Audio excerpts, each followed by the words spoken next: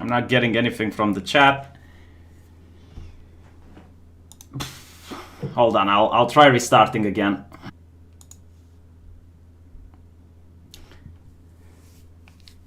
Alright, I think we're back. I think this time might actually work. Let me just wait to see confirmation from the chat. Alright, I really hate OBS updates. They keep getting me get a Sargon moment. I had no idea you guys couldn't hear the audio. I apologize. I'm sorry.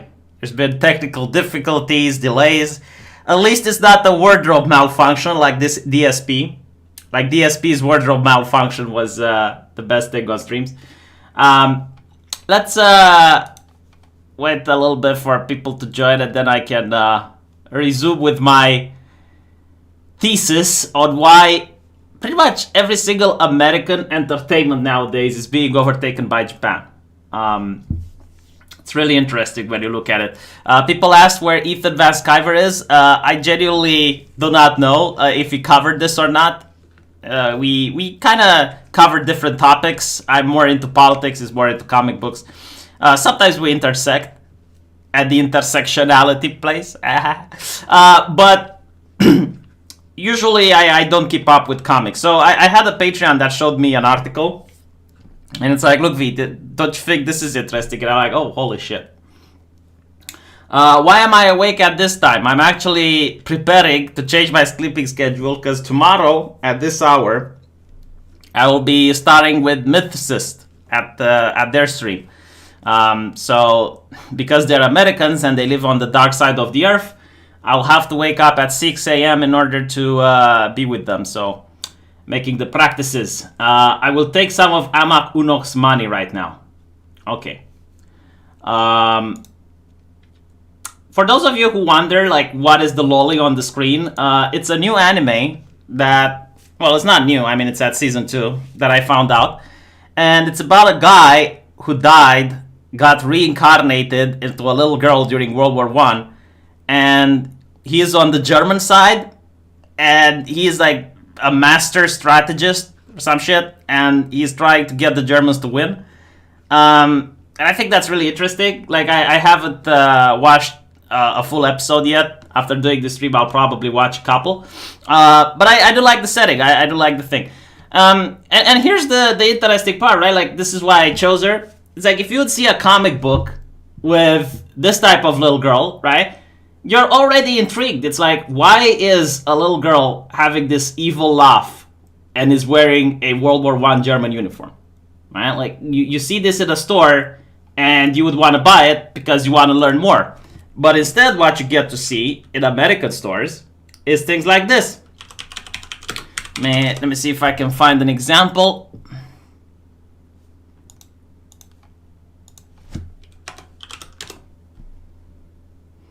All right, you get to see things like this, and it's like, why would I buy this? Like, what exactly is it? What would I want to know about it? All right, I see a lady that suffers from Down syndrome, which the artist has no idea about human anatomy because this is not enough place for the brain to be. Like, look how small her brain has to be if this artist, you know, would actually draw normal humans. And then we see like the other cast, and every single one of these cast members, they look androgynous. And I believe like the comic book artist actually stated that this is done on purpose. Like they can draw better than this, but they choose to draw like this because that's what their editors used to say. It used to be like this, you know, this is what Squirrel Girl used to be. And this is like a little bit more interesting because, you know, it's like, okay, I'm kind of curious. Like, it's a cute character, you know, it's squirrels, it's silly. Let's see what her adventure is about. But then when you see this, it's just like half of the comic books is about the art, right? Like, it's a medium where you show pictures, and half of it is about the pictures, and the other half is about the story. So if you're not showing anything on the cover about the story or about the or the art that is appealing, then people aren't going to buy it. Now, you don't have to draw sexy art, you know? Again, it's like this picture right here. It's not sexy at all. It's just that, first of all, it's not ugly. Like, it's serviceable, right? And then you have this interesting thing. It's like, why is this little girl in a German uniform, and why is she smiling and grinning like this? And it kind of gets people interested. Like, this image just sells. You know, this is a good brand. But what I'm seeing from the comic books isn't. Now, I wanted to show you something about cartoons, right? So, I showed you the Shantae intro. I'm going to show it to you again. And, again, this is not a cartoon, it's a video game. But still, like, I want you to compare the art styles. And I want you to compare the formats, right? Rise and shine, don't wanna work, I'd rather play. Shake my hips and whip my hair, it's a new day. Magic won't blow, my heart yells, let's go transform and fly away. We will dance through the danger until the world is saved. Can't stop me now, cause I'm Shantae. Okay, so this is a video game, it's a platformer. I find the song to be quite wholesome. It's very cheering up, you know, like, and this is made mostly for a younger audience, right? Like, it's meant for kids. Like, I would definitely recommend this to my kid to play. But let me show you what the Americans are doing. So, meanwhile, the Americans are putting out things like this.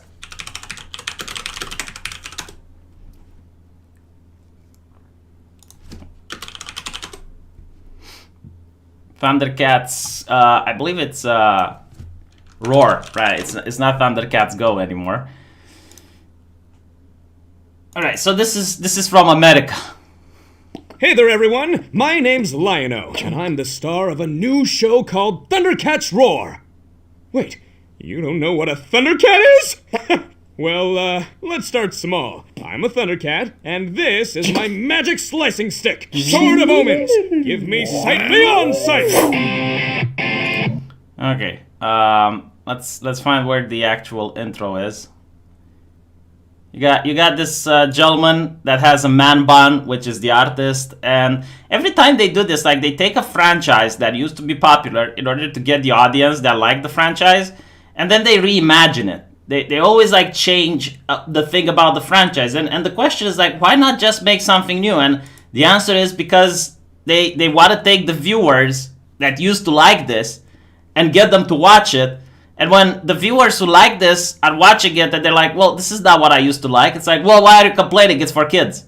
It's like, look, this is child punishment. Like, this is child abuse. If you get, like, if I was a young lad again, right, I would rather take daddy's belt than be forced to watch any of these episodes. Like, I would definitely find it to be more punishing to watch one of these episodes than to get daddy's belt. You know, let me put it this way: if you find your kid doing something really bad, I don't know, you catch little Timmy doing drugs or something, all right, if you punish him any other way than this, he'll probably still do it. Like, he will still misbehave. But if you get him to watch an episode of Thundercats, he will promise you will never touch drugs again, right? Like, this might actually be a good way to educate kids. You know, maybe this is what the video is for, the anime, well, the cartoon is for, to get children to stop misbehaving. It's like, you better finish your cereal, Johnny. You better finish all of your veggies, or I'm going to get you to watch Thundercats. It's like, no, mommy, no, please, no, not Thundercats Roar, anything but that. So look at this, like, look. It's fun! Who knew making animation was Also, 1, 2, 3, 4, 5, 6 fingers. Just pointing it out. so complicated? Now, what do you say we watch a little video clip? Actually, I don't have any idea what this thing is. Let's see if it works like this! Yep, guess it does. Yeah.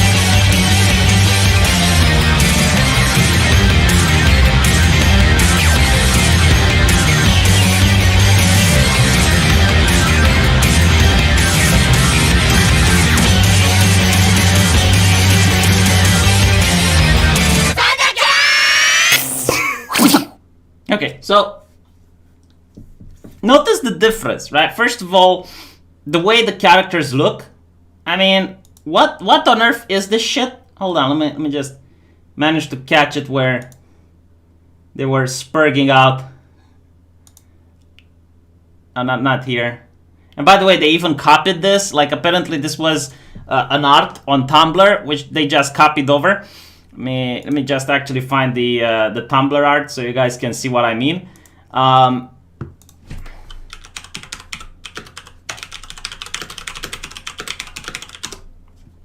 The art style is so simple. It's called California art style, Cal Arts. And it's done specifically in order to be really easy to draw. Like, this is what they teach people to draw in Western animation right now. And because of that, everyone can do it. So instead of hiring talented artists, instead of hiring people that actually have creativity, they can hire based on nepotism. They can hire based on friends. They can hire based on, relations and politics and stuff like that. So let me see if I can find it. Because it used to be everywhere on the internet. Ah, here we go. Right, so look at the... look how easy it is to just copy it, right? Like, this is how someone posted, but it used to be like before, there used to be another picture on Tumblr that was like this, and the artist just ripped it off, right? And if you look at the whole introduction, it's like when you're talking about Shantae, you watch the intro and you kind of get what it's about. It's like a little girl that wants to have fun, she wants to play, and she's going through all these adventures, and that's pretty much it. It's like a light-spirited, very, very fun, happy go-around girl. Meanwhile, you watch the Thundercats Roar intro, like, what the fuck is going on? You see people just running and flying, and there's like, everything is happening on the screen at once, and it's crazy, and it's like, well, that's not really getting me into the story. Like, that's really not enticing to me to watch anything that has to do with this. And it's not just Thundercats, right? Because I picked on this, but I want to show you something else. Look at, for example, this atrocity. Chip and Dale's remake cartoon, which is coming out. And again, same thing, right? Like, they use the same art style, which is utter laziness. It's very cheap to make, and it's not serviceable. Like, I would be ashamed to draw something like this and show it to the public. I legitimately, I would feel embarrassed. And people say, well, art is subjective, V. Like, art is subjective, so you shouldn't judge. It's like, look, I'll tell you how art is objective. I can't draw anything. Like, you can put a gun at my head and tell me to draw. I will not be able to get two lines to connect. I'm that bad, okay? And if I can draw it, then it's shit. So, yeah, with enough time, I believe like in 1 or 2 days, I can definitely draw this. I will never be able to draw this, however. Right? Because this is actual quality. Like, this actually shows talent. And this is how it used to be. This is how the Western market used to have the cartoons. And now it's all about this. Let me show you one that's even more cringe. Just go on and find the Teenage Mutant Ninja Turtles cartoon remake.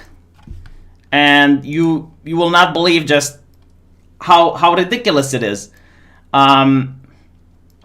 Actually, oh, here we go. All right. So, what is this? Like, legitimately, what is this? And you even get to see that, Ariel is now black, which is fine. Like, her initial character was black. I don't mind. But they also gave her, like, a baseball bat or something, because you can't just have supporting cast anymore. Like, literally everyone needs to be on the front line and get a piece of the action. Which, like, again, it's just a trope. It's cliche at this point. But comparing this to how it used to look in the 80s, like, you will notice a light and day difference, right? Like, this is how they actually used to look. And they even look better. Like, it's kind of weird that as time goes on, these cartoons look worse and worse, But anyway, right, so this is one of the main issues why manga and anime is overtaking Western comic sales and even Western cartoons. And this is not just me pulling it out from the ass, but it's like anime executives reveal how manga is taking over US and comic sales. Because here's the thing.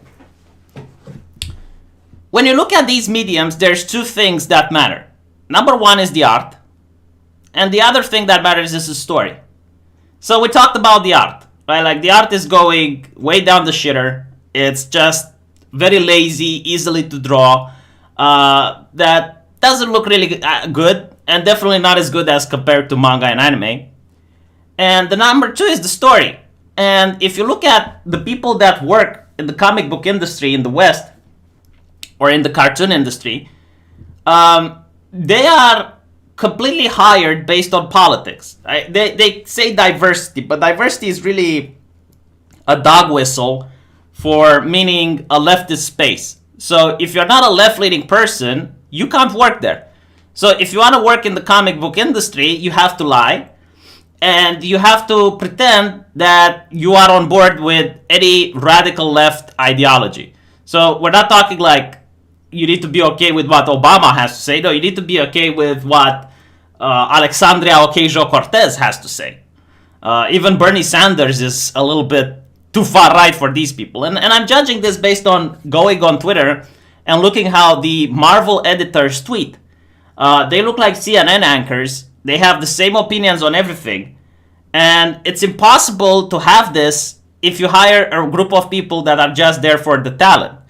Because if I hire like the 10 best people at sucking cock, eventually like some of them are going to be right-leaning, some of them are going to be left-leaning, some of them are going to have religious views, some of them aren't going to have religious views, right? So when you see that literally everyone is having the same opinions and the same views on everything, clearly they're not hired on merit. And there's no better way of pointing this than the case of Ethan Van Sciver. Like, Ethan Van Sciver was working for DC and comics, and he was a right-winger on Twitter, proudly stating that he's right-wing, right? I believe he was called like the kind Republican or the compassionate Republican or something. And because of that, right, I told him, I spoke with him before he got famous on YouTube. I told him, like, look, you're going to get fired if you keep doing this. And he got fired, right? And it shows that once he was independent, even though all of the critics were against him, even though there were stores that refused to publish his comics, he managed to make $500,000 on his first comic book sale. That is insane, all right? Like, that is, especially for this industry, it is absolutely crazy. It is bonkers. Like, he made so much cash.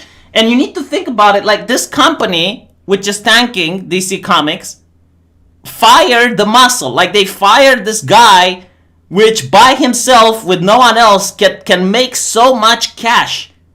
Like, if you're into the business of selling comics, you should have kissed this guy's ass every single day. The issue wouldn't have been like, oh, this guy wants to quit. So the issue wouldn't have been like Ethan should be afraid of getting fired. No, the issue should have been like DC should have been afraid that Ethan would quit. You know, like that's how you should put it.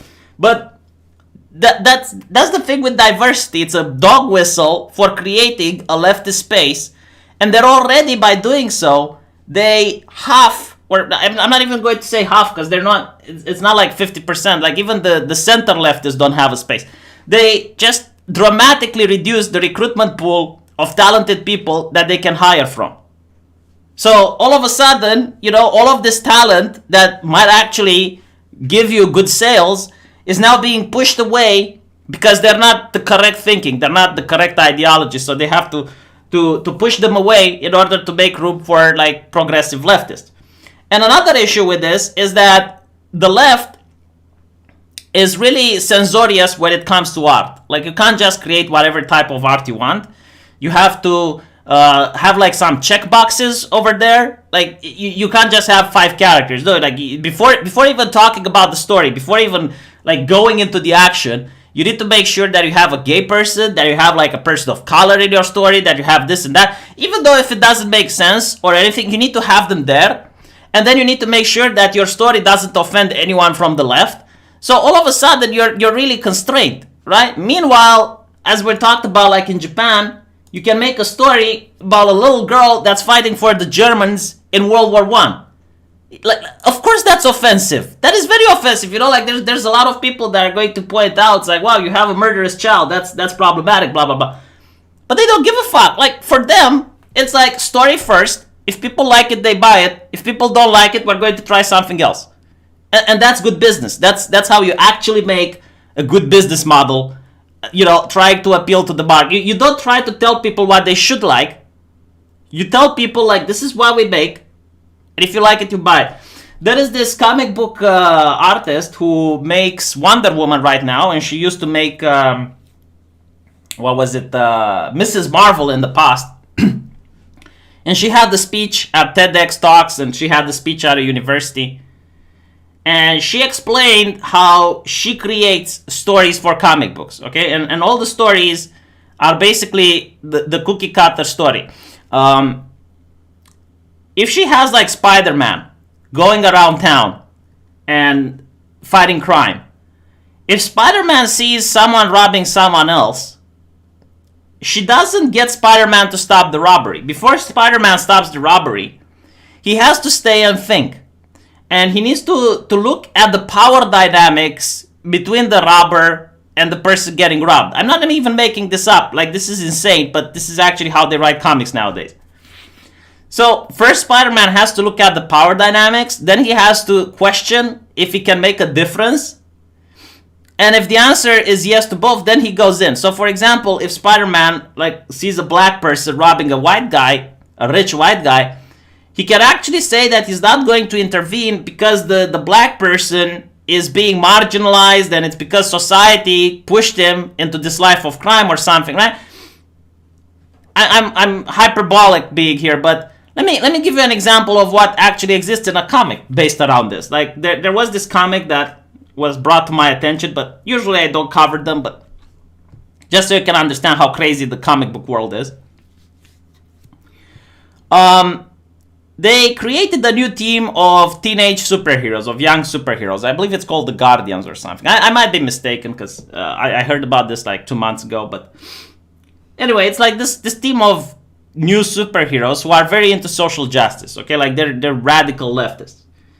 And they managed to fight a guy, an evil person that wanted to cool the planet, the population, like this evil doctor, which was going to lower the temperature of the entire Earth. And they don't want to intervene. And again, I'm not making this up. I keep having to say this. They don't want to intervene and kick his ass because they realize that by doing so, he's fighting against global warming. So, another group of superheroes comes up and starts beating this doctor, and this young social justice superhero group starts fighting with the other superheroes, right? Because it's like, well, we need to talk about it, like, whoa, you can't do it. And I think it was like blackmailing world governments or something. It's like, you either do this or I lower the temperature and everyone freezes and shit. But just so you can understand how batshit crazy comic books are, right, nowadays. Like, you need to just make sure that you pander to the correct ideology, that you tick the correct boxes. It's like having a handcuff around your hand and you can't make interesting stories. Like, for example, Attack on Titan is being attacked by the left. They're absolutely livid because it shows that the oppressed can become the oppressor.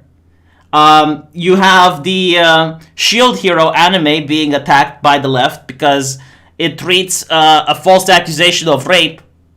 And the left will say, well, comic books turn you into a Nazi or whatever. No, it's like they actually get you to think. They get you to think about the idea. It's like, well, can an oppressor become the oppressed? And is it a good thing? Is it a nice thing?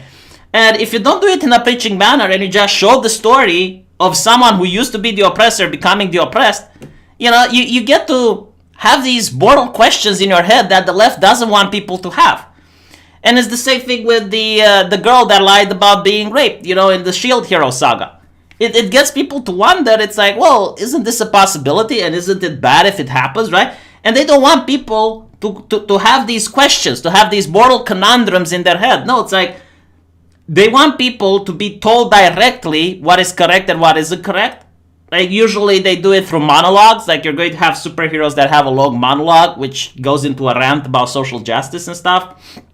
Like, when you have female Thor beating that guy, and he's like, well, this is because you said fuck feminism. It's like they basically want to point out that if someone doesn't like feminism, violence against them is acceptable. And that's pretty much why it doesn't sell. Like, people don't want to be lectured. People want to see and read a good story. So anyway, with that said, let's go into the story for today. But before we do that, actually, apparently this happened.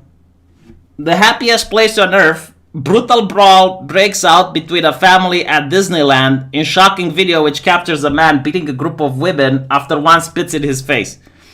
And I worked in a hospital, and I seen a lot of women that got beaten up. And a lot of times, they did certain things that I would never do to a man because I would realize it can lead to violence. And this is not victim blaming, but it's like trying to warn people. It's like, look, I wouldn't spit on another man on the street because I realize he can punch me. Now, if he punches me, that doesn't mean that it's okay. It doesn't mean that he gets off the hook or anything like that. No, he still needs to justify his actions, but you're instigating. Like, why do you spit on people?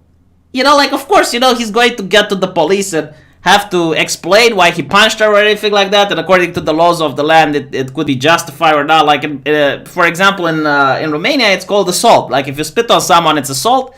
And if they punch you once, it's called self-defense, because the lawmaker understands that in these situations, the spirits are so high that people react on impulse rather than logic. So they give a little bit of a leeway, and it depends. And it doesn't have anything with men or women. Like, if a man spits on another man and he gets punched, it's assault, and the other guy is defending himself. And it's the same with, like, if a woman gets spat on by a man and she punches him, it's the same thing, right? So it's not anything to do with gender, but it's also like using common sense. Like, why would you ever spit on a guy on the street? What's wrong with you? And then, okay, the police also, sorry, not the police, Disney security was literally caught scratching its balls as this was going on. So you get to see these things, like, happening, and obviously it's definitely not okay. Like, the man shouldn't have punched her, but it's like, why? In what situation do you spit on someone is what I don't get. Like, why would you escalate it to that level? V strongman, huh? But anyway, right, so let's talk about the story of today. Now, today, actually it's 13 days ago, right? So it's almost 2 weeks. Someone brought it to my attention today, so it's today. You got Oni Press. Now, Oni Press is a small comic book company operating within Portland. Portland is a city that is as blue as a male feminist balls. Okay, like, as I understand it from my American friends, it's a very liberal city with everything that comes with that, like shit on the streets and other things that are very progressive. So it's very difficult to find a Republican there. Like, finding a Republican is like finding the needle in a haystack. Or finding the hay in the stack of needles, because when people find out that you're trying to find one, it's like, why are you trying to find the Republican? What's wrong with you? But anyway, right, so this comic book shop in Portland tried to become progressive, like pretty much every other comic book shop in America. And they started having this campaign of hiring minorities and hiring, this dog whistle of diversity, which basically means to make sure that everyone is also left-leaning. And their comic books didn't sell. So they had to merge with another studio. Now, when a merger happens, people get fired. That's why you're merging, okay? And if you don't fire people, everyone gets bankrupt. So it's not something that is good that it's happening, but like, if you're not selling the product, you can't survive. Like, it's not that the government is going to give you handouts, all right? You're not Google or anything. So what really happened here is that one of these progressive individuals, which used to have an article, a blog, I understand, where she explained how to fire your employee like your employer, sorry. So she basically says that when you work at a company, make sure you document everything, you save everything. And the moment you find something that your employer did, which is problematic, you go to HR and you try to get them fired. So this is the type of person we're talking about, okay? I want to make it absolutely clear. When I say social justice warrior, I don't mean a liberal. I don't mean a progressive. Like, you can be a progressive and be as far to the left as you want and still not be a social justice warrior. A social justice warrior is someone who tries to get people fired for not being progressive. It's like, it's an activist, basically. Like someone that tries to get other people ruined, tries to destroy other people's careers just because they're not progressive. Like, this is what I mean when I say SJW, just so we're clear on this.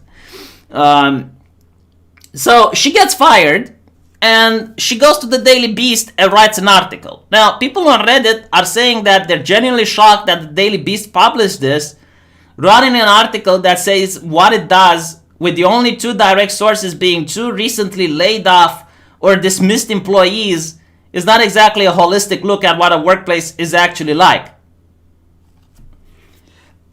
So once they got fired, they basically started attacking and trying to do PR damage to the company.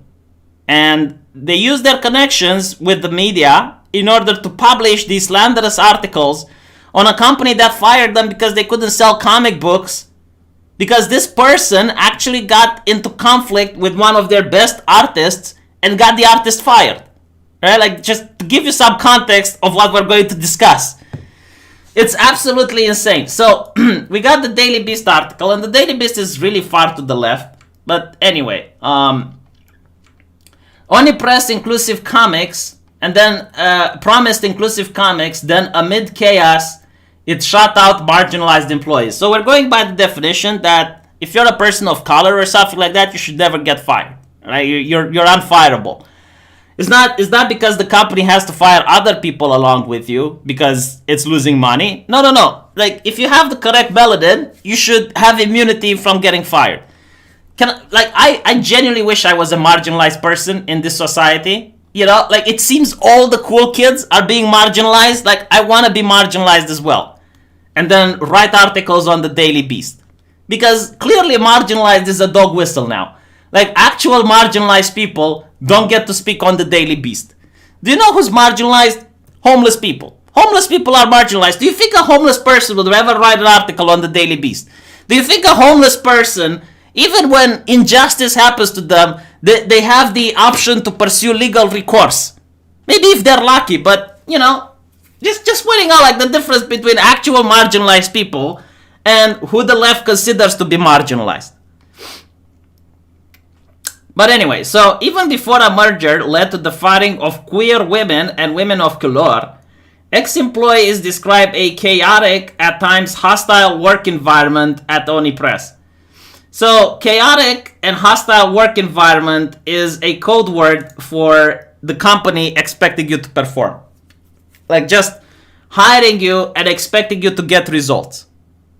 I know it's a really wild concept that goes around nowadays. Like if you're hired to do something, masturbate bulls, for example, like that is actually a job. Can you imagine that people used to do it?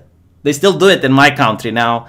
Now they have an electric way to do it, but they will legitimately, like, do it for artificial insemination. So you have the veterinarian. That horrible job. It's like one of the worst jobs that I can imagine.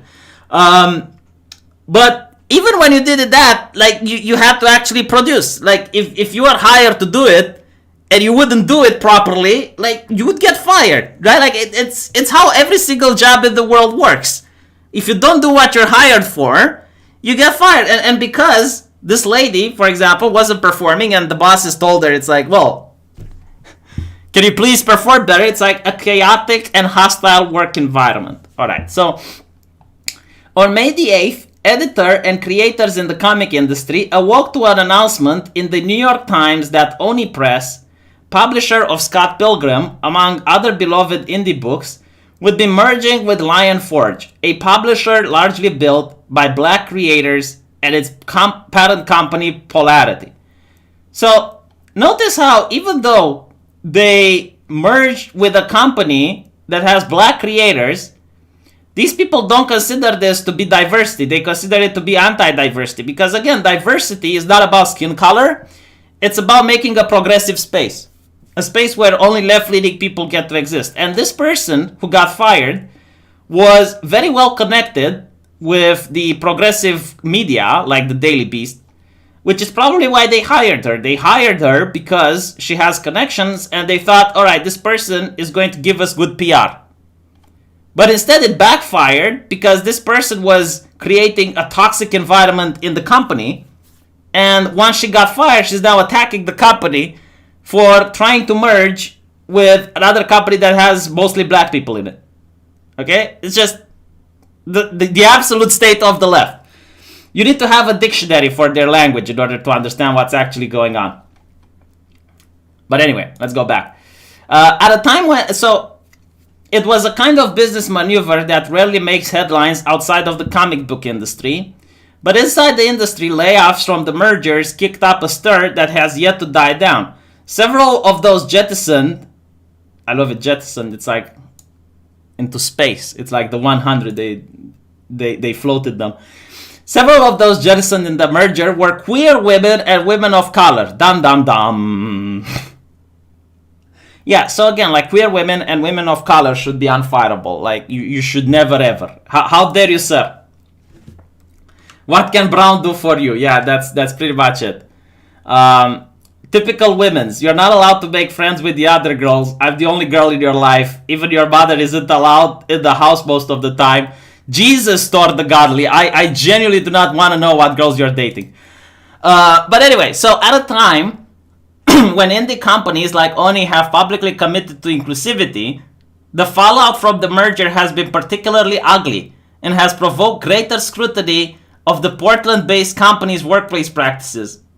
Interviews with former Oni staff members allege a startling, unprofessional office environment with an editorial arm that seemed reluctant to support its marginalized employees. Again, like this is Portland, okay? Like everyone is a progressive. The idea that the company needs to cuddle you is an American, is a leftist American concept. Like, no, the company is not there to cuddle you. You're there to perform.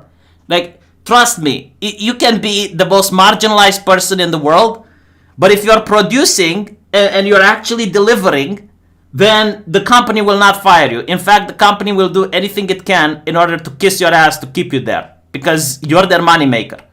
So, if you're a marginalized person, instead of expecting the company to give you cuddles, try to improve yourself to the point where the company just can't afford to fire you. But anyway, like this is just... What do I know about making business? Desire Wilson came to the comics industry via an unusual route, starting out in the military before taking jobs that included emergency medical technician and 911 dispatcher. After working as an editorial intern at Dark Horse Comics, she applied for an assistant editor position at Oni Press as a long shot and got hired. Okay, so right here you notice the cancer that goes in the industry, all right? And why they're going bankrupt. In Japan, and it used to be the same in the United States, if you wanted to work at one of these renowned companies that have a brand, you would probably first start at a nameless company, and you do work there for a couple of years, and once you get some notice, they would hire you into DC or Marvel or into Oni Press. And once you get in, you start at the lowest position. You're probably the one that's bringing the coffee to the editors, and you're the ones that is just there in order to try to assimilate and look around and see how the job is actually being done. And after like 2 or 3 years, maybe they promote you and they let you write your own, not even your own comic, but they let you co-work with someone. And maybe then, after a couple more years, they give you your own comic. All right? This is how it used to be. Like you are supposed to climb the ranks in order to learn how the job is done. But now you have like corporations like DC just hiring Zoe Quinn and not only giving her own comic since day one, but they give her the flagship title. And of course it goes bankrupt. Like no one buys it. and they're losing money. And it's the same thing that's happening here. You know, like this lady was probably hired because she had the correct skin color and she had the correct connections with the media. So they hired her and put her in a very high place, a very high working environment. And this is what happened in communism. I keep drawing parallels, but if you watch Chernobyl, it shows this segment that is actually inspired from reality, and these things happen, where a scientist goes to the person in charge. And the person in charge used to be a shoemaker. And they give the scientist, they treat the scientist with disgust, disdain, disrespect. They look down on her and they disconsider her. And the reason they do this is because they know that they didn't get the position because on merit. Okay, they're a shoemaker. They have absolutely no idea on how to run a nuclear power plant. And they feel threatened by intelligent people, because intelligent people can actually point out that they're incompetent, that they don't know what they're doing in the business. So because of that, they marginalize the intelligent people. And in this case, it's the creative people that get marginalized by these social justice warriors that are put into high positions of power and feel threatened by people like Ethan Van Sciver, who can shit out $500 million by pushing a single issue in a comic.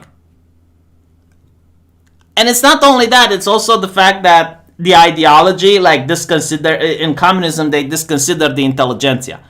It's like they tolerated intelligent and smart people because you have to run a country with them. But the shoemaker was the one that was considered to be like the oppressed, the marginalized person, and that was the one that was supposed to be put in a position of power.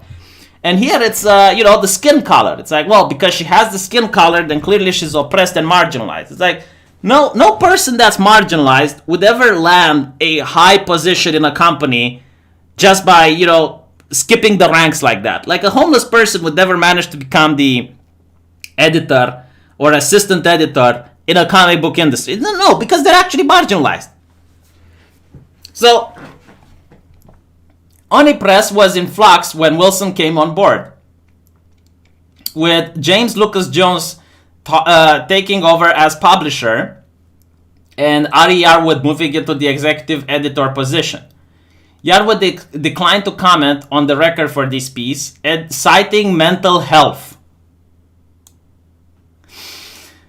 I don't know what these progressive companies are doing to their staff, but I constantly hear a lot of people on the left complaining about mental health for working in these environments. Now, don't get me wrong, like, I'm pretty sure it's a stressful job to work into one of these positions, but there's more difficult jobs than working in the comic books. Like, if you're getting mental health for working in a comic book store, like, my God.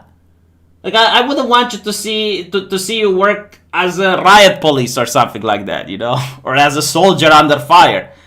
I mean, there's two possibilities. Number one, these entertainment industries are worse than Vietnam, because it seems more people that are working there come up saying mental health issues.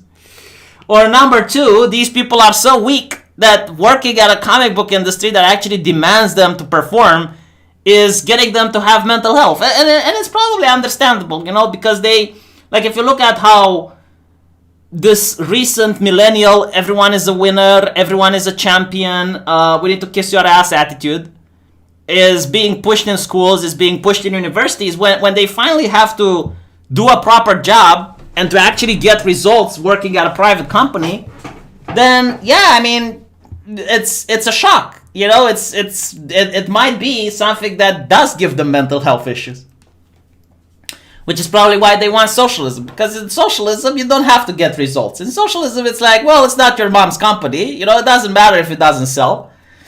What else are they going to buy? So Wilson took over for editor, who had been moved to another position in the company. She was offered a starting pay of just $30,000 a year, a slate of 30 comics ties to manage, which included much of Chu's backlog. For reference, Wilson said, an editor position at a publisher like Simon and Schuster, a slate of 8 to 10 titles a year. How much is $30,000? Let me check how much she was making per month, because it seems a little bit weird to me. I mean, for her position, that's really bad. 30,000 divided by 12. Okay, so she was making $2,500 a month. Now, in my country, that's a lot of money. That's far more than what I'm making. But I don't know, like in a liberal city, that does seem to be quite low. Like, chat, please tell me how that is. Bob, when are you going to play Life is Strange 2 Episode 3? We need a good laugh. I'll try to play, man. I've just been not in the mood, but I'll try to get myself in the mood to play it. It's rude to come in someone's mouth when they're talking. I don't know, I haven't tried it, but there was a case where a dentist actually injected semen in a patient's mouth, and I'm thinking like, why? What type of fetish is that? Like, why would you put your thing in a syringe and then? Right. So people are saying, yeah, it's low.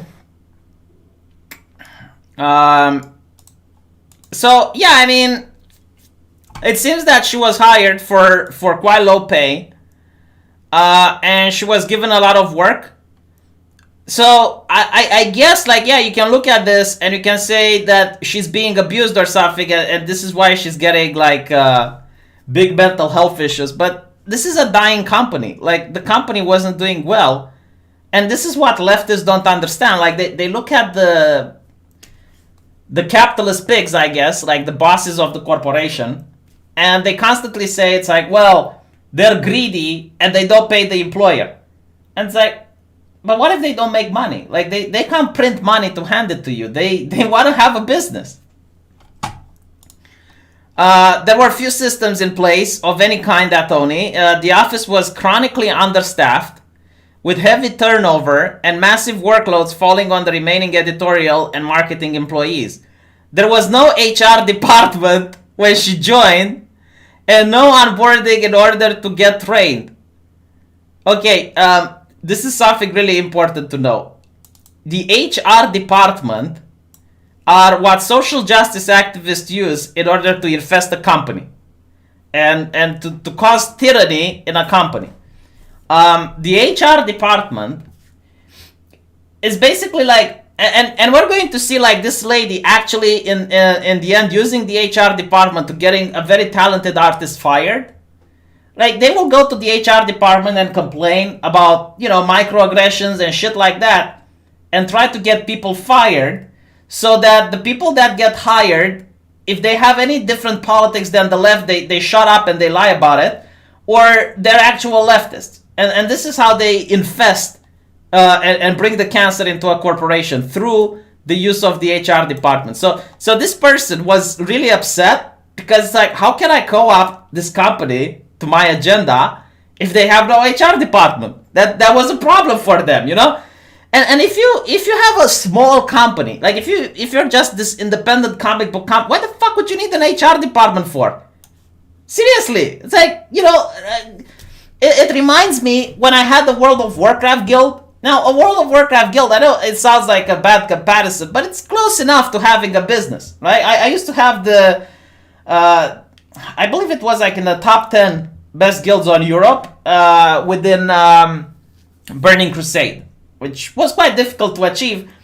And you need to understand, like, there was a lot of drama. Like, you get people from all around the world. I had people from Saudi Arabia, people from Eastern Europe, people from Western Europe, like all these people from around the world. And I had to get them to channel their efforts into playing a video game, right? And playing it properly and actually succeeding. And every now and then I would have people that come to me with drama, with bullshit. It's like, oh yeah, this guy said that he doesn't like Muslims or something like that. It's like, I don't care, mute him. You know, like, you're here to play the game, you're here to raid. I don't care about your personal drama, right? Take it up with him. If you did something bad, call a GM. Like, I don't give a shit, right? And if you keep complaining, I'll kick you off. And do you know how fast drama disappeared from my guild? Like, people just didn't make drama. Astonishing, isn't it? Fuck. But no, nowadays it's like you get the company to be bullied to the point where they get to fire their great workers. And by the way, I was, like, a lot of people said I was unfair, because I would always side with the great player. Like, if the tank was guilty of doing drama to some random DPS that was bad, I would always side with the tank. Because it's like, well, you know, I can always find another DPS, but I can't find another tank. You know, like, you need to kiss ass to the people that actually have skill. And there were people that said, well, V, that's unfair. It's like, well, can you not get better? I get fucking better, and then I'll side with you. I'm not here to be your mommy or your daddy. You know, if you perform better than that guy, then yeah, I'll side with you. Fucking hell. Anyway. When she joined and no onboarding in order to get trained, Wilson said she eventually had to go over to Chu's house 3 times a week and eventually asked Yarwood if she could proceed herself. So basically, they hired a person that had no training, and they also didn't have the HR department for this person to get power within the company. So they were absolutely livid. And it's a company that, as you can see, either didn't have a lot of money or just hired her for just the diversity's sake. Because this is another possibility. It's like, yeah, let's have a black woman to show that we're progressive. And this is what happens, right? And I keep saying this time and time again on videos, like, you have corporations that are very right-wing when it comes to economical issues, but they're very left-leaning when it comes to policy issues. So they can abuse their workers, like Amazon. And Amazon, I know for sure they have money. Like, you can't say that Amazon is a poor corporation, you know. Maybe in this case, like, OniPress genuinely didn't have money to pay its staff. But when you look at a corporation like Amazon, well, they have a lot of cash, but they underpay their employers. Like, it's not even funny, to the point where in China they have to use suicide nets so they don't kill themselves. And they also overwork them. Like, there was an article saying that employees had to piss in a water bottle because they didn't have time to go to the bathroom because they had to fulfill their quota, okay? So, any left-leaning party or activist that I know back in the day would have found a problem with this. It's like, well, it's a greedy corporation. It's abusing people. But they say, oh, we have transgender bathrooms now. And everyone goes like, well, if they have transgender bathrooms, then that means they're progressive. That means they're on our team. And this is how companies do it. You know, it's like, well, we're going to have diversity. Leave us the fuck alone. And they do. They leave them the fuck alone. So, I'm really glad that this lady is talking about it. and I noticed this is a trend. Like, there's more and more social justice activists which are leaving corporations and are pointing out that, yeah, I've been mistreated by this company. They use me as a token. It's like, well, no fucking shit. I was talking about that for years now, that they're using you as a token. There were few systems in place of any kind. The office was chronically understaffed. Blah, blah, blah. Moral issues abound. Recognition for accomplishments, such as an Eisner win for T-Dragon Society, which Yarwood edited, was thin. I mean, these prizes that you keep saying, they're also infested by left-leaning people, and the prize is just being given because you have the correct skin color.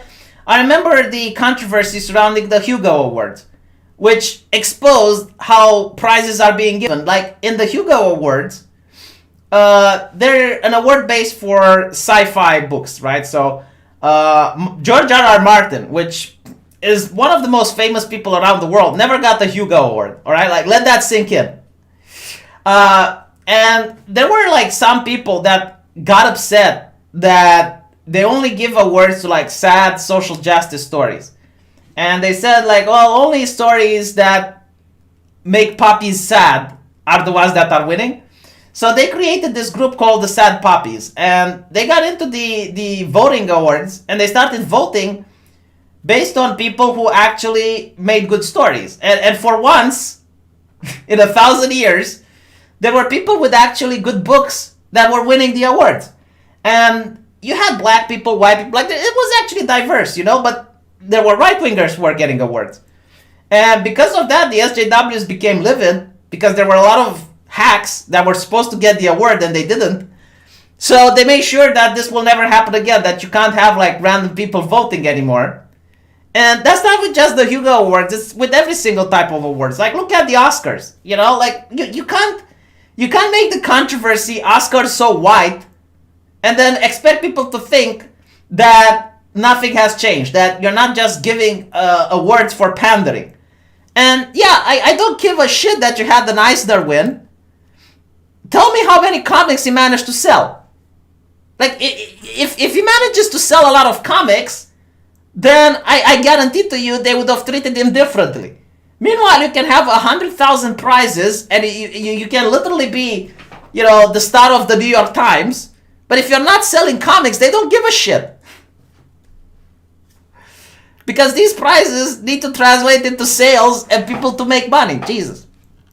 So, Wilson said, the extra work of keeping the office clean fell on female employees with male executives got themselves pulled off the cleaning rotation. Well, if the majority of people you hire are women, then yeah, they're going to do the cleaning, and it's not the fact that the men weren't cleaning, it's that they were executives. Now, I have been to a couple of companies, and I've never seen an executive do the cleaning. I mean, when I worked at McDonald's, yeah, I was doing the cleaning as well. It's the people in the low-ranking positions that do the cleaning. But I love how you gender it. It's like, and so what? Like, is your vagina going to fall off if you do the cleaning? Like, what the? But from what you're describing, this is a very poor company. Like, it's not selling. They're trying something new. Okay, they can't pay their employers. They don't have an HR department. They can't afford to hire a cleaning lady. Like, yeah, this is definitely a company that's doing poorly, right? So they hired you in order to try to save it. Women, including Ari and Melissa, director of publicity, and I were doing the overwhelming work of keeping the office clean, making sure things were where they needed to be when they needed to be. Again, like, you're saying that the title is something important, like the director of publicity. Doesn't matter if she's director of publicity. Is she publicizing properly to sell books? Well, apparently not. So yeah, they don't give a fuck. It's like, you can't just wave your title around as if it means something. Like, why not wave your credentials around? It's like, yeah, I managed to sell 10,000 comics. Like Ethan Van Sciver. He managed to sell comics and make $500,000. Like, he doesn't have any prizes. I don't know if he got prizes or some shit. But I would hire Ethan Van Sciver than 10 people who have an Eisner as a prize. I don't think one time we celebrated as a group something that wasn't someone leaving. Wait, so can you imagine this? Like, they were happy when people were leaving the office. This is the type of people you hired, all right? Like, you hire new people that don't get along with the old people, and they're actually celebrating when the loyal people in your companies that have probably been there for years are leaving, and this is a chance for celebration. No wonder this person is livid that there is no HR department, because she couldn't get the people she doesn't like that have been in the company for ages fired. It was kind of insane to me how chaotic it was. Like, nothing you said here was chaotic. Like, I've worked at a McDonald's for low pay. I had to clean my shit. And, I generally don't understand what part of this is chaotic. Yeah, there was a lot of work, very little time. I was paid for, like, tiny bits.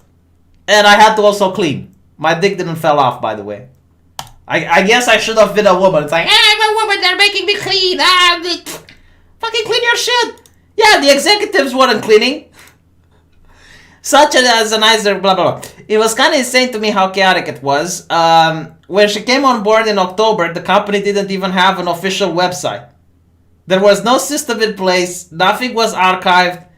They never had marketing budgets. When I entered, I was thinking it was an entry-level job where I'm going to be learning comic book marketing, and I had to start figuring things out on my own. It's a company that doesn't have money, you idiots!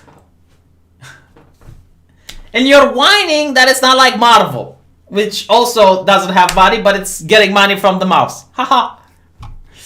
And most comic books don't sell with official websites, alright? Like, most comic books, they used to sell by putting it in a comic book store, and people would go in and they would buy it. Like, that's how they would sell it. You don't even need a website. Like, Ethan Van Sciver, I don't know, I think he has a website, but he just advertises his shit on YouTube. Like, honestly, if you hire, like, this is what I don't get. Well, I do get it, because it's not a leftist thing. But if you've hired a thought as the internet calls them, right? Like a very pretty lady. She doesn't even need to know comics. And she just need to have a YouTube channel that goes like, "Hi everyone, I work for Marvel. I wanted to tell you that this new Spider-Man comic has came out and it's really amazing." Bouncy titties, right? "It's really amazing. I want to show you a couple of things like here and here and here. And if you like this comic, please buy it. I would love you very much." Blah, blah, blah.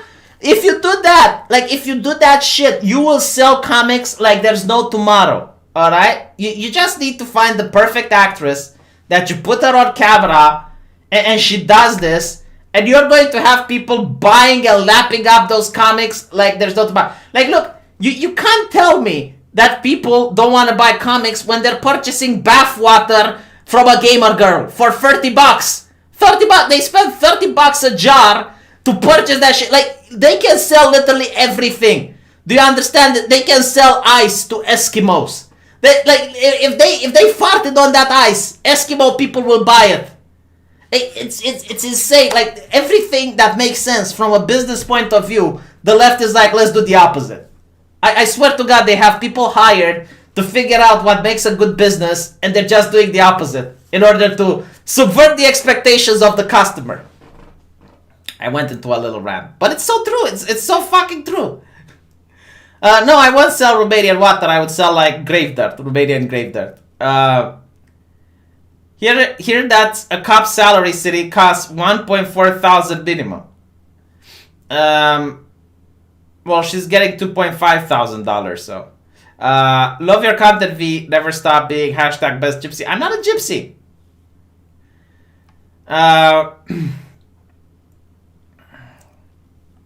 Anyway, let's go back to the main shit. So, things went particularly downhill in March. Wilson said her relationship with one of the creators she managed, sourced with the writer shouting at her over the phone and refusing to communicate via email before finally telling her at a convention that he couldn't tell her apart from the other biracial black person in the office. Alright, so as I understand, this guy, which she had problems with, was one of the main creators from this comic book store, from this comic book company. And again, I'm going to drive the parallels to my World of Warcraft guild, but also, like, if you're a young person and you've never worked anywhere, like, you're going to notice this in hospitals, you're going to notice this, like, anywhere, any job environment, the people who deliver, the people who actually get things done, they're going to be arrogant. Like, they are going to be, and you know, it's not always the rule, but in most cases, a person knows that they're valuable to the company, and they're going to be a dick with the newcomers. They're going to be a dick with the people that aren't producing. So they will actually, like when you go to the hospital, and I notice this a lot, like you'll see the doctors which are really good at their job, and they're really sought after, that they make this click with other good doctors, and they're very disconsiderate, and they look down on the doctors who aren't performing as well as they do. And it's something normal. Like, I notice this everywhere. Even, like, in my World of Warcraft guild, you have the people who are the elitists, the one that actually played well and knew well, and they disconsidered the people that didn't do well. And most of the time, this is based on the fact that they look at the people who don't perform well as extra weight that they have to carry. And they don't like this. Like, they would rather play or work with other people that are just as skilled and that they can deliver this much, you know? And this is the case. Like, she managed to find someone, a writer, that was actually competent and was probably the best writer in the company. And this is why, you know, he was giving her attitude and was dismissing her. Because she was the newcomer and she wasn't producing, she wasn't doing anything worthwhile. So this guy was treating her with disrespect. And because of that, she manages to get this guy fired. Because both women also pushed Oni to hire an HR consultant, right? Notice how the moment the HR comes into the picture, they use the HR in order to get this guy fired because he said the microaggression that he can't tell her apart from other biracial black people in the office. Which, not to mention, like, I genuinely think that the main issue here is what he is trying to say is that the new people who are hired for diversity's sake. Like, he probably noticed that the people that are not in for the talent, but they're just like as a PR stunt in order to get the company to be viewed as progressive. So he's disconsidering them. Like, he is not considering them equal because they're not producing and they're not making money for the company. And the people here, the lady here, probably realized that this is indeed the case, felt very offended, and did her best in order to get this guy fired.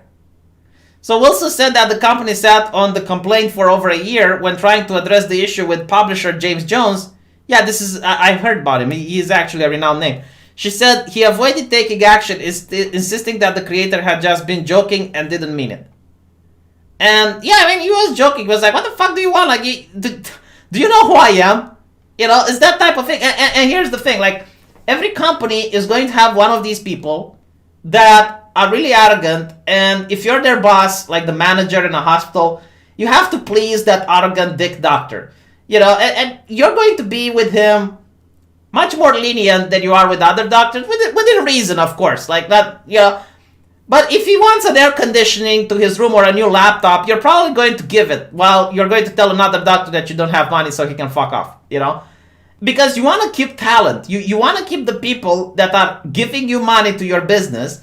Because the doctor who, you know, just recently arrived, he's still learning things and he's not very good, he can't find another job. Like, he's not going to quit and work for somewhere with better pay. Someone like James Jones, however, yeah, he can quit and get another job just like that. Why? Because he's talented. You know, like Ethan Van Sciver.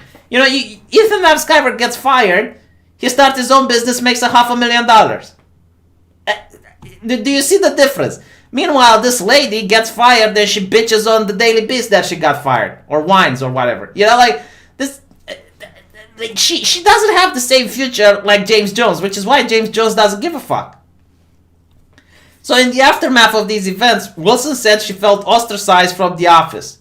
So basically, she was so toxic as a person that everyone was marginalizing her. Again, this is a person who wrote a blog talking about how to get your employer fired. Talking about how when you join a workplace, you need to document everything, screenshot everything. You know, in order to go to the HR and get the person you don't like fired. And she was so toxic. She was like the telltale, the tattletale in a classroom. Like, if you're going to rat on your colleagues to the teacher every time, like, people will ostracize you. And it's not to do with the fact, like, and she uses her race as a skin. It's like, oh, I'm biracial. Like, no one gives a shit that you're biracial. There's a lot of talented people in the industry that are biracial. It's just that you have a rotten character, and when people call you out for having a rotten character, you're like, oh, I'm being marginalized. She also began getting official feedback questioning her work performance. Like, look at this, right? So, how did I know? Like, I haven't read this article before. How did I know that she was this unskilled? How? And I'll tell you how. Because if you're a biracial woman and you're skilled, like, they will treat you like a queen. Like, they would be the ones that fired James Jones because of you, because they managed to find the goose that lays the golden eggs. It's like, not only can they use you to say how progressive they are, but you're also giving them money. Like, they will worship you at your feet. Hell, James Jones would be your friend. A month before the merger announcement, Wilson said she had told that her HR complaint had been addressed and that the writer she had been issued with would not have his contract renewed. I suspect the only reason they closed my HR case is because they knew I would have it over them if I tried to sue. So let's recap. All right, let's recap. We got a company that's doing poorly, and they decide to go on the diversity route. So they hire a bunch of SJWs, and the first thing they do when they arrive is they start complaining that the company doesn't have an HR department. They start complaining that they're making too low of a wage. They start complaining that they have to clean their office. They don't have really good work performance. Like, they're not producing money. They're getting into conflict with all the previous people that the company has hired. They're getting into conflict with one of the best writers from the company, like someone that's the muscle, not the fat. And they're also making sure that the people get fired and then they celebrate it. And they also threaten that they're going to sue the company. Okay? This is what happens when you hire gender studies. Like, this should be a story that every mom reads to their kids when they're young. It's like, little Jimmy, here's what happens in the real world when you hire SJWs.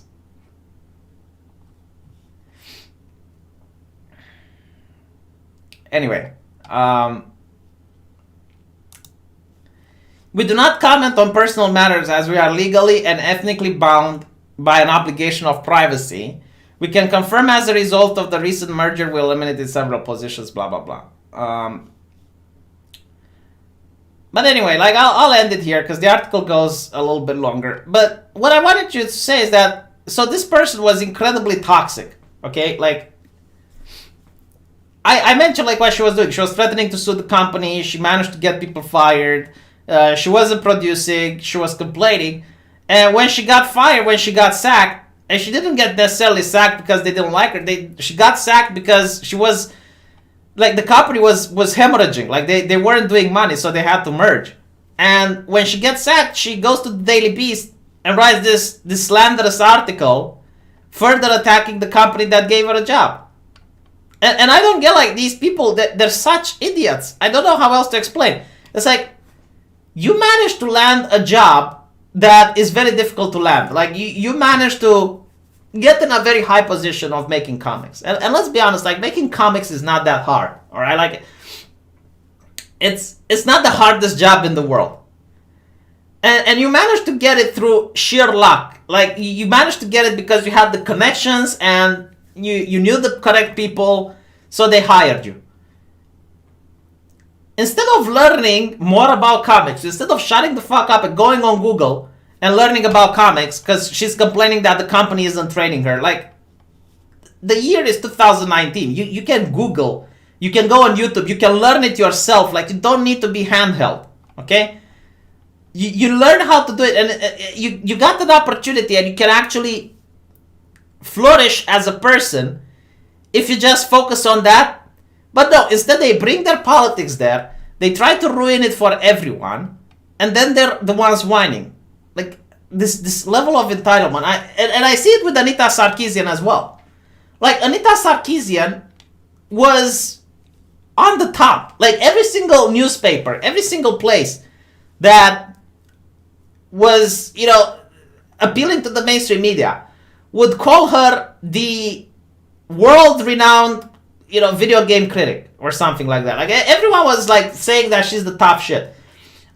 You had people that were giving her awards left and right. Like, she got the Game Ambassador Award. She got, like, I think, like, if you go on her Wikipedia, there's, like, a whole list of awards that she got. All she had to do was to learn how to play video games. That's it. And it's not that hard. Like, she actually had to put the effort in learning how to play video games, and then she would have not only been able to not lie about the game and actually give accurate criticism, but once she stopped being relevant, the mainstream media stopped hyping her, she could have actually still have a YouTube channel. She could have still make money. I don't understand it. I genuinely don't understand. Another thing is with Zoe Quinn. Now, Zoe Quinn also got accused by her staff for not paying them. There was this transgender woman who accused Zoe Quinn of not paying her money, and she also has a Kickstarter, which she's not going to fulfill, I think. And meanwhile, she puts pictures of her going on expensive trips at this hotel in Japan, and she's going on Tinder, like, trying to look for boys to play with in Japan. And I'm thinking, like, okay, she's rich right now because she has all the connections and people are hyping her up and shit. But these people just live in the now. Like, they don't realize that this ship will sail. And instead of just trying to, like, take advantage of the opportunities that they get now, for example, she got to make comics at DC. Instead of, like, reading how to make comics and trying to make them better, they treat this work with not interest, like, because they're not into comics, you know? But you would get into comics if you had been given this opportunity. Like, Jimmy Stiffingers, if DC would hire you, would you not start studying on how to make comics?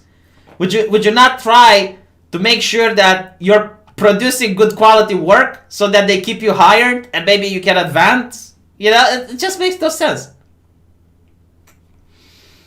Shu has a pretty face, that's pretty much it. Though I actually find her funny sometimes.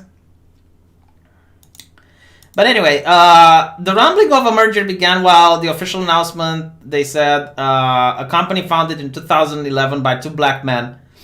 The company's comics catchphrase was comics for everyone, and diversity was both a character and creativity staff was its primary selling points.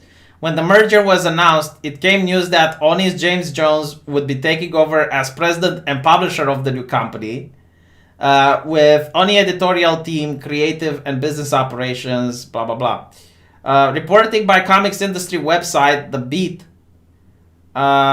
suggested that the goal of the merger was to create a more robust line of comics and graphic novels, as well as to help both companies leverage their characters to other media platforms and film.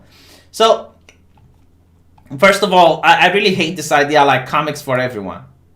It's like this new revolutionary idea that you market a product for humans. Like even shampoo is not for everyone. Like a woman, when they go and purchase shampoo, they actually pick it up and read it, and it's like, oh, this makes my hair get more volume. Oh, this makes my hair smell different. You know, like there is a target demographic that you can sell to, and you need to figure out what demographic you like making comics for and sell it to them. Like, for example, you look at manga, you know, and they say, well, manga is for men and women. That's not true. Like, if you look at manga like Dragon Ball, it's mostly men that buy it. I think it's called shoujin or something. You know, like the beat 'em up mangas. The overwhelming number of them are men. But if you look at romantica manga, like manga that involves a lot of romance and stuff like that, there's a lot of readers that are women. And, you know, it's something that they believe it's shameful nowadays to advertise to a specific demographic. And it's not even women. It's like 80 years old women aren't reading manga. You know, that's not the target demographic that you want to buy. And at least in my country, when you do business, they actually figure out on TV what demographic watches a show more. So they know that if they want to sell, I don't know, detergent, they're going to advertise it usually around 5 or 6 p.m. because that's when the soccer moms watch their telenovelas. And that's how they manage to actually target the demographic. Like this idea that comics is for everyone is absolute horseshit. All right, my mom will never pick up a comic book. Like there is no way you can drag my mom into reading a comic book because she's not interested in comics. And you need to know your demographics if you want to make success. The news was another step in consolidation. Smaller media companies face of IP mining juggernauts like Disney, owner of the smash hit Star Wars. By what metric is Star Wars a smash hit? I mean, it used to be, don't get me wrong, but looking at the recent sales, like all I have to do is to go in a Toys R Us store and I will see like just shelf after shelf after shelf of these new toys like Rose Tico and Poe and Rey. You know, it used to be that you would go in a toy store and you would never be able to find the Darth Vader. Like, they would sell out immediately. You would never be able to get your hands on a Luke Skywalker. They would sell out. Nowadays, they can't sell their merchandise. No one wants it. Like, people still buy the old hits. In a good amount of these two companies combined make up just 1% of the market share at company shops. So you need to understand, like, these people, the left, they don't even know what is success. Like, they consider Star Wars to be success because they get prizes. It's like, oh, the critics gave us a prize, like the T-Dragon Society gave this writer a prize, so clearly the writer is good. No, that's not how business should work. I don't care if you get prizes. Can you sell your shit? That's what's important. Like, yeah, I would hire that lady that sell the bathwater because she can sell shit. Like, honestly, What is the gamer girl bathwater? You know, I don't think she managed to win any prize. I don't think anyone gave her a prize, but I would hire her over any prize person any day of the week. Let me see if I can find the picture. The picture with the little mademoiselle. Alright, here we go. Here we go. Like this lady right here. Let me assure that there's nothing unsavory on the screen. Like this lady right here, I would hire her to do the marketing. Like she is selling this bathwater for $30 a cup. Do you understand this? Like she can sell ice to Eskimos. She can sell sand to the Muslims. Like she can sell poverty to the communists. Like this lady is on a roll. All right? Like she didn't win any prize, but if you can put bathwater for $30 and you're out of stock, like give this woman a job. You know, like if I were to have a company, I would immediately, like, not even hesitate. Not even hesitate. I'd be like, yep, nope, going to get her hired. Like, no, seriously, like think about it. Just think about it. Like, this is genius marketing. Every single website that deals with geekdom talked about her. Like, she's going to get massive audience just for doing the stunt.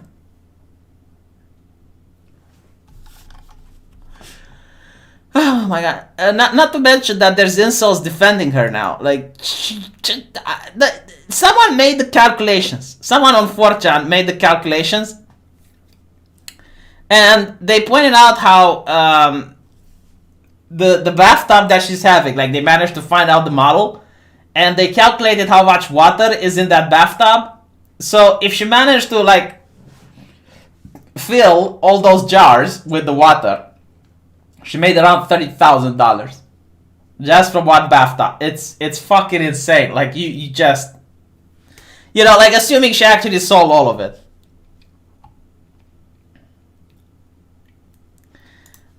So anyway, the article goes on and it talks how most of the merger were people of color and blah, blah, blah. And it's basically like they fired the SJWs. This is why they're upset, right? They fired the people that weren't managing to sell comics, that were creating problems in the companies, threatening to sue the company, getting into drama with other writers that are actually competent.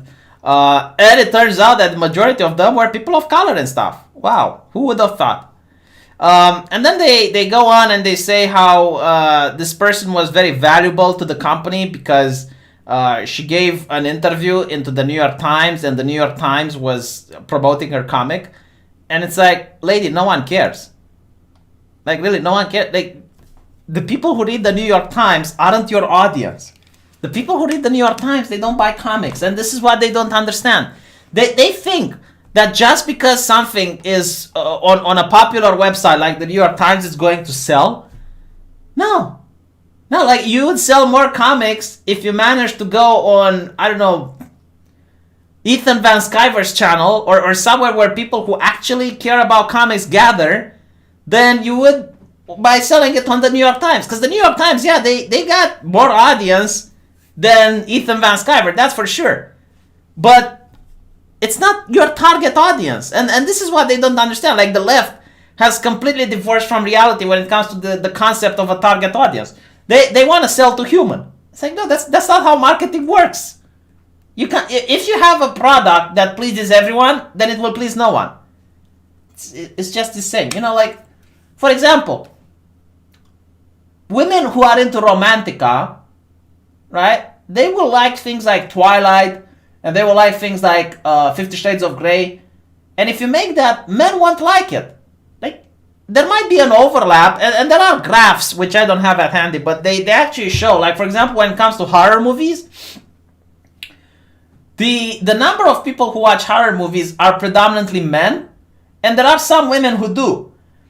But the number of people who watch romantic comedies are predominantly women, and there are more men who watch romantic comedies than there are women who like to watch horror movies.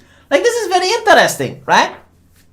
So, if you want to, you know, I guess make a horror movie, you have to think like what men want to see, because they're going to be your main audience. And if you manage to get like a couple of women in there, that's good, because women money are still money. And if you want to make a romantic comedy, you have to think about what women like. Then you need to think like, okay, you're going to cast a nice actor that looks good and like Christian Grey, and the woman that she doesn't need to be too hot because you don't want to make the soccer moms feel uncomfortable and have self-esteem problems. That's how it used to be made. Like you would have these people talk around the table and decide these things because they would look at things that work and create something that works. But nowadays it's like, no, like let's appeal to the wider audience. It's like, yeah, okay, whatever. And Japan doesn't do it like this, so this is why comic books are not selling. But anyway, thank you for watching. Hopefully I'll release a video today because yesterday I've been slacking. Really appreciate the donations. They're getting me out of a pickle. Hopefully I'll finish purchasing a kitchen soon. I still don't have a kitchen in my house, but once I manage to do that, I'll probably be more financially stable. So thank you guys for the donations again. Thank you for watching, and I'll see you all later.